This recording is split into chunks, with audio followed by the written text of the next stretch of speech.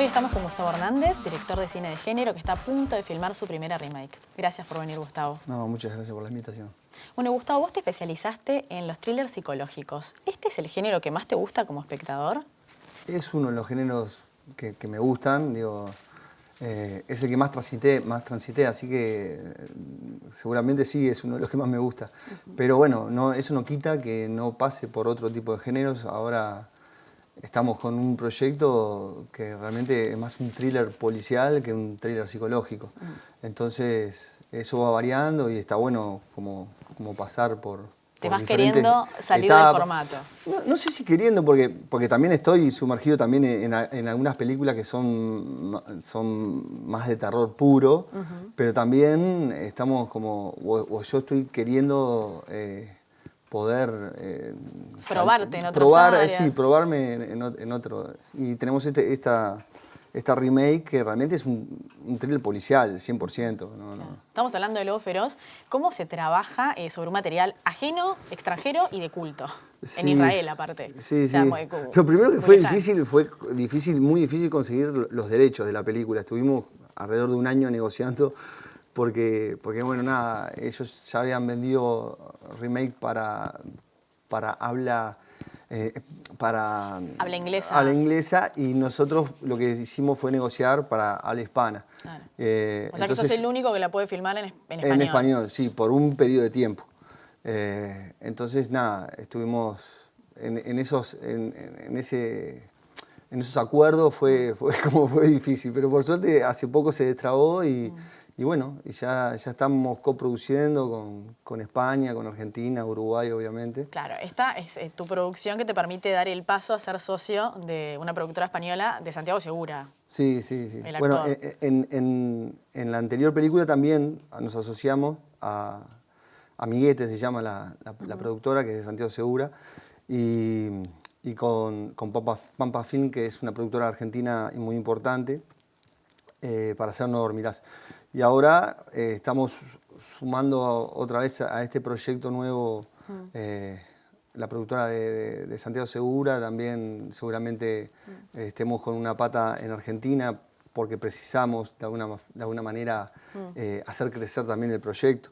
Claro. O sea, estos proyectos intercontinentales, ¿cómo generás el equipo actoral y técnico? ¿Cómo que vos negociás a tus principales aliados uruguayos? Lo primero que se define es quién es el mayoritario. O sea, es una coproducción, pero realmente hay un país que casi siempre pone más dinero que otro. Entonces, ese país obliga a que los técnicos o los actores sean de ese país.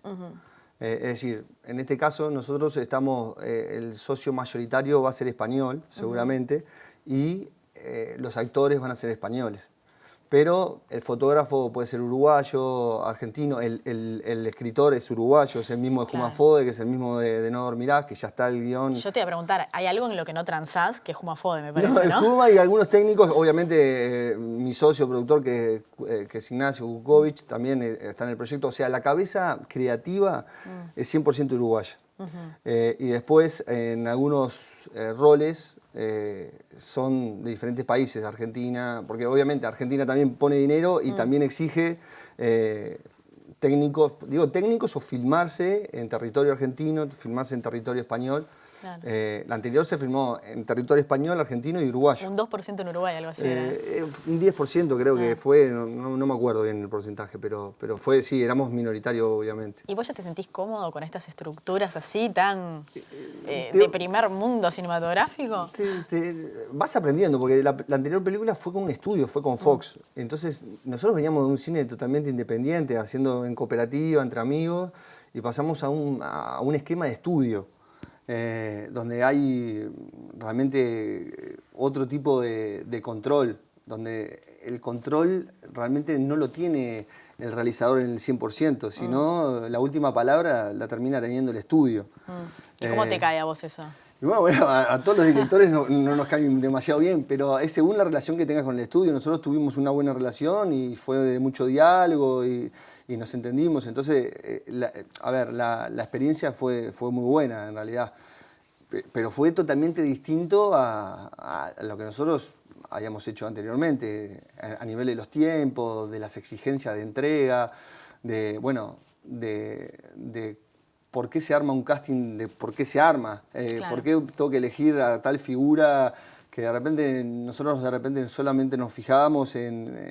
en si es bueno o no, pero ellos se fijan en los seguidores que tienen. Exacto, hay un montón Sí. de ecuaciones ahí que hacen que bueno... Tenés que morderte la lengua y aceptar. Que bueno, sí, es como que si vos no tenés el 100% el mayoritario del proyecto, nada, y si querés hacer la película algunas reglas tenés que obviamente respetar esas reglas. También estás con otro proyecto en Roma, que para filmar en Roma, pero con socios canadienses, ¿no? Hay socios canadienses y obviamente italianos, se llama Piove, Llueve. ¿Es una idea tuya?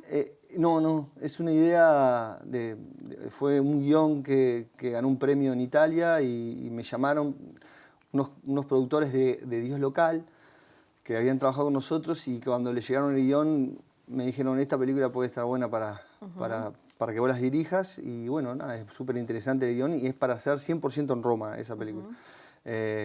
Y bueno, estamos en eso, estamos con un proyecto que ese, por ejemplo, es de terror duro y puro. Bien terror.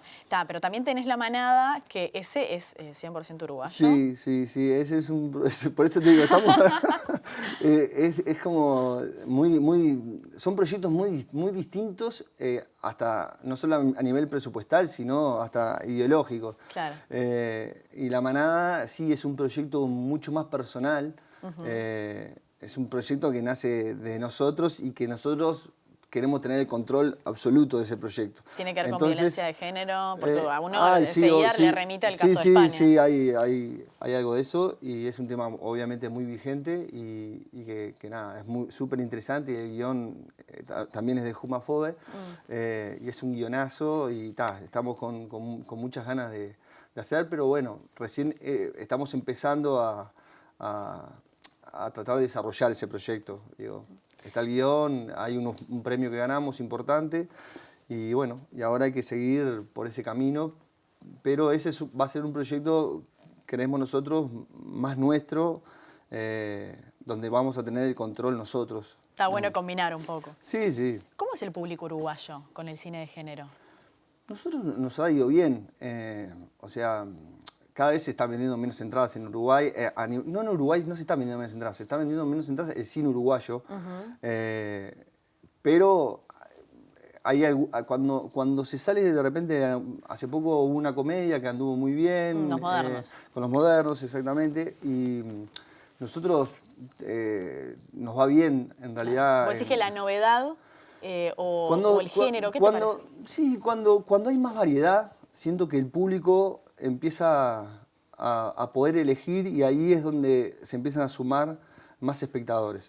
O sea, cuando en la cartelera tenemos un cine uruguayo que se repite, de repente no funciona tanto y cuando hay más variedad de género, ahí empieza a funcionar bien. Bueno, pero el género ahora pisa fuerte, incluso en el sector audiovisual uruguayo. De hecho, casi todos los estudiantes quieren hacer cine de género, ¿no? Sí. Cuando vos ves los cortos es todo género. Sí. Eso, a ver, yo hace mucho tiempo que vengo hablando de que para mí no nos podemos repetir en un solo género. O sea, Uruguay se repitió durante mucho tiempo en un solo género y de alguna forma la filmografía se estancó o el público se quedó, o sea, ya sintió que estaba repetido. Entonces, yo pienso lo mismo, que si ahora todo el mundo, no sé, hace películas de terror, siento que va a pasar lo mismo. Es decir, yo lo que creo realmente es en la variedad, de que haya comedia, que haya terror, que haya cine costumbrista. O sea, bueno, pero es que a nivel mundial también el cine de género es el que más se está produciendo, porque es uno de los que más espectadores lleva al cine junto con los superhéroes o las animaciones infantiles.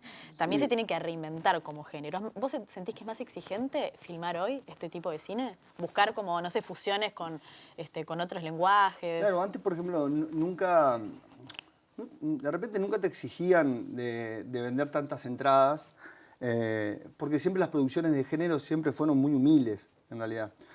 Ahora lo que pasó que también las producciones son humildes, pero venden. Humildes, por ejemplo, una película de género de terror en Estados Unidos sale 10 millones. Para Estados Unidos 10 millones es una película low budget, o sea, es de bajo presupuesto, pero tiene ganancias de 300 millones. Claro. Entonces, lo que se trata muchas veces, los productores queremos replicar ese esquema americano, pero es muy difícil, realmente replicar, porque primero que no tiene esos 10 millones que tienen los americanos, o sea, tienen 1. Entonces, ya no filmás en los lugares que tendrás que filmar, o sea, no filmás en estudios, filmás en locaciones reales que son más complejas para poder moverte. Hay un montón. Los actores también, últimamente se están viendo buenos actores en el cine de terror americano, no superestrellas, pero estrellas emergentes. Claro. Entonces, bueno, son una combinación y directores que tienen pulso también, claro, obviamente. Entonces es una combinación de elementos que está funcionando muy bien en la taquilla y que en los diferentes continentes, no solo en América, sino también en Europa, en Asia mismo, se está tratando de replicar ese esquema. Y ese esquema realmente, digo, no es fácil, no es tan fácil como parece, no es tan fácil como piensan los productores. Vamos a ver ahora el tráiler de No Dormirás y a la vuelta te voy a pedir que me cuentes cómo fue dirigir a Belén Rueda. Dale.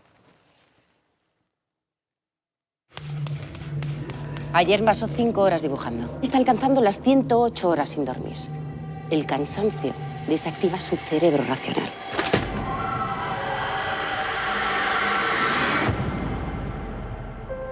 ¿Te conozco? A mí no, pero a la mujer con la que trabajo sí. A Alma le gusta experimentar ciertas emociones a fondo. Ahora está retomando una antigua idea que se llamó insomnio. Conseguimos los permisos para montar la obra en una clínica psiquiátrica abandonada. Lo más importante es mantenernos despiertos. Igual en un par de días vas a estar más despierta que nunca. ¡Quiero dormir! ¡No me toques! ¿Por qué se bajó la otra actriz? Su nombre era Dora Viña, la paciente 101C. Empezó a escribir un diario íntimo en forma de obra teatral. Mi hija llora a mitad de la noche. No. Lo estás diciendo para otros. Estoy muy cansada. Otra vez. Fue como haber dejado mi cuerpo. A veces los podés ver en el fuego. ¿A quiénes?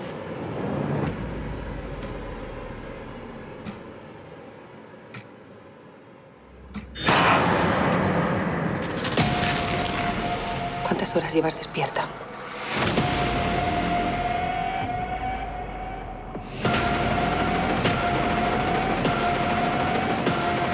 ¡Dora no nos va a dejar dormir! ¡Basta! ¡Deja de resistirte!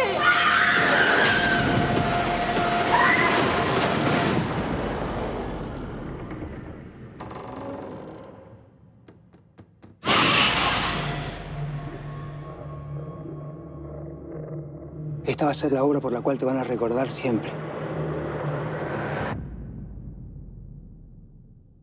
Bueno, No Dormirás se te ocurrió después de una noche de insomnio. Sí. Sí. Sí, se dio de una forma... Las ideas a veces surgen muchas veces realmente sin buscarlas. Digo. Me pasó que fue hace un tiempo, ¿no? Veníamos de un rodaje sin dormir un montón de horas. Y cuando llegué a casa y no me podía dormir. Y yo jugaba con mi hijo siempre a un juego que se llama Guitar Hero, que es un juego de precisión. Entonces puse bajito el volumen y me puse a jugar a Guitar Hero. Y nada, y empecé, y es como que me llegaban las notas y era un genio. Y llegué a tener un récord ahí que después me dormí y después cuando me levanté al otro día le digo a mi hijo, mirá el récord que hice. No sé cómo lo hice en realidad. Era como que los sentidos estaban mucho más alerta. Y ahí al otro día le cuento a mi socio, bueno, me pasó esto. Y empezamos a investigar sobre el insomnio. Y ahí nace, en realidad, de eso nace toda la idea. De eso nace la película. O sea, nace de que, ¿qué pasa si nosotros tenemos ese umbral tan abierto de horas sin dormir? ¿Qué puede pasar con nuestra percepción? Y bueno, juega con eso la película. ¿Sabes qué estaba pensando? La Casa Muda la filmaste una sola toma en una casa, después Dios local en una cueva, ahora esto sin el sueño. ¿Hay como algo externo, un poco el límite que a vos te impulse para Sí. filmar? O sea, mismo las condiciones del rodaje, digo, ¿no? Sí. Como algo físico que vos necesitas para filmar No, el terror. Claro. Primero, a ver, en las primeras 2 películas también el lugar físico limitaba el presupuesto. Claro. Es decir, nosotros al tener una sola locación, obviamente que es mucho más económico que tener 20 locaciones. En este último caso, la película empezó siendo una película también muy chica y cuando se la pasamos a los argentinos, dijeron, bueno, esto hay que agrandarlo. Entonces, lo que pasó es que tuvimos que reescribir, por ejemplo, el tercer acto es totalmente distinto. El tercer acto aparece en el tráiler, hay fuego, eso no había nada. Digo, es parte como de cuando entró Fox, o sea, el esquema de producción también tiene que crecer para llegar a un público mayor. Claro. La película se convirtió en la película de terror argentina más vista de la historia. Impresionante. Argentina, ¿no? Entonces... Bueno, pero es un público gigante. No, por eso. Y eso está bueno, porque más allá que en Argentina se hacen un montón de películas de terror en realidad. Pero bueno, eso es lo que yo te decía también con cómo arman las producciones, los estudios, los productores que tienen mayor experiencia que nosotros. O sea, uno de los productores era el productor de 9 Reinas, por decirte una de las películas, El Cuento Chino. Claro. Entonces, son gente que realmente conocen el medio. Claro, y tiene una estructura armada Y tiene para una estructura hacerlo. armada y obviamente, entonces, eso, toda la parte de difusión se hace mucho más fácil y los proyectos también se arman. Nosotros para armar un proyecto podemos estar 3, 4 años y ellos para armar un proyecto están 4 meses. Claro. Entonces, son otros tiempos, otros esquemas, diferentes a lo que nosotros conocíamos que, bueno, por suerte lo estamos también transitando y conociéndolo. ¿Y cómo fue para vos trabajar con actrices y actores famosos, pero también de países distintos? ¿Te generó nerviosismo? Sí. ¿Te sentiste que O estabas sea, un poco a prueba? nosotros cuando escribimos No dormirás, en realidad siempre es bueno pensar cuando escribís en los actores. O sea, pero pensás es como yo te digo, bueno, este papel lo voy a hacer para Robert De Niro. Nunca lo vas a tener a Robert Claro. De Niro. Pero le das como una forma. Entonces, había un papel que nosotros pensamos en Belén Rueda y lo escribimos pensando en Belén Rueda. ¿El papel que interpretó o era otro? Claro, no, el Era papel ese. que interpretó. Bien. Entonces, pero nunca pensamos que íbamos a tener a Belén Rueda. Cuando se suman los productores y me dicen, ¿a quién pensaste en este papel? Y yo le dije, mira, la verdad que pensé en Belén Rueda. Ok, mirá, la llamo mañana, me dice. Y yo pensé que me estaban embromando. Se le mandó el guión y a los 4 días me suena el celular y era Belén Rueda, que me estaba llamando ella a mí. Hola Gustavo, soy Belén Rueda. Ahí me quedé, Temblaba. sí, me quedé medio mudo. Traté, viste, de decir poco y bien, porque era la primera vez que había hablado con ella y nada, ya había leído el guión, le había encantado, quería estar en el proyecto y bueno, fue buenísimo. Que me acuerdo que cuando corté llamé a Juma, al escritor, le dije, vos, acabo de hablar con Belén Rueda, está dentro del proyecto. Se escuchaban los gritos, ¿no? Era una locura. Pero bueno, pasó de esa forma. Se dan cosas que realmente ni lo soñábamos. Ahora, tu ambición puede Y ahora, en crecer este mucho más. proyecto está José Coronado, por ejemplo, en el nuevo proyecto de Lobo Feroz está José Coronado, es una figura muy importante en España. Ganado un Goya, nominado 4 veces, es un actor con una influencia brutal en España.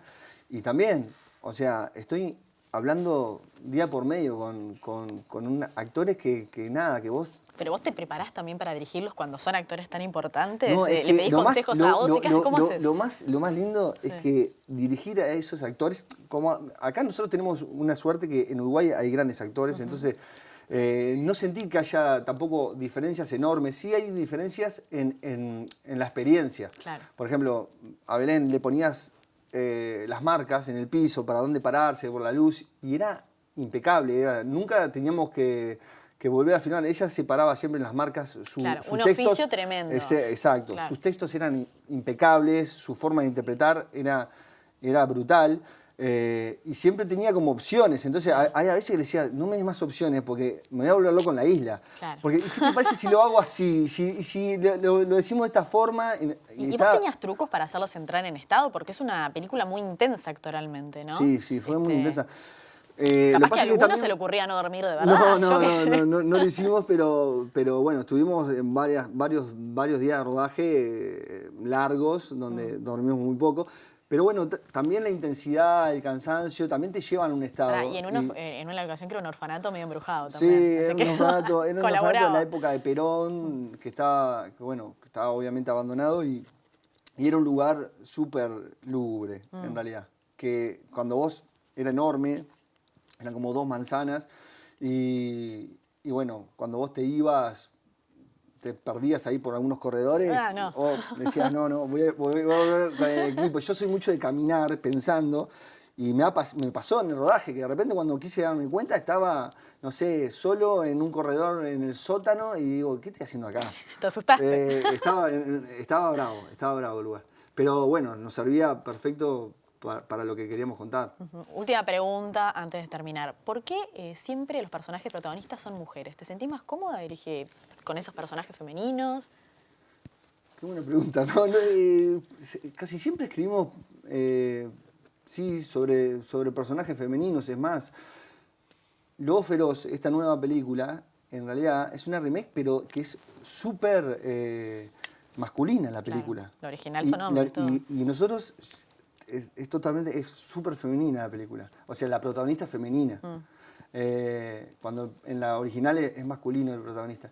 Sí, no sé por qué es en realidad. A ver, hay una verdad que cuando nosotros empezamos con La Casa Muda, el personaje tenía que ser femenino porque la historia giraba en torno a algunos hechos donde tenía que ser una protagonista femenina. Y también en el terror muchas veces el público se identifica más con un público femenino, con una protagonista femenina que con un masculino. Pero en realidad nosotros fue como que cuando empezamos a escribir siempre estamos imaginando personajes femeninos realmente... Bueno, ahora en La Manada, en esta que decimos que es una película más personal, hay toda una parte de violencia de género, entonces está contado sobre el punto femenino, claro. y es fundamental. Pero bueno, me imagino que en el futuro también voy a tener algún protagonista masculino. Gustavo, muchísimas gracias por estar acá. Éxito con los proyectos que se vienen. Muchas gracias.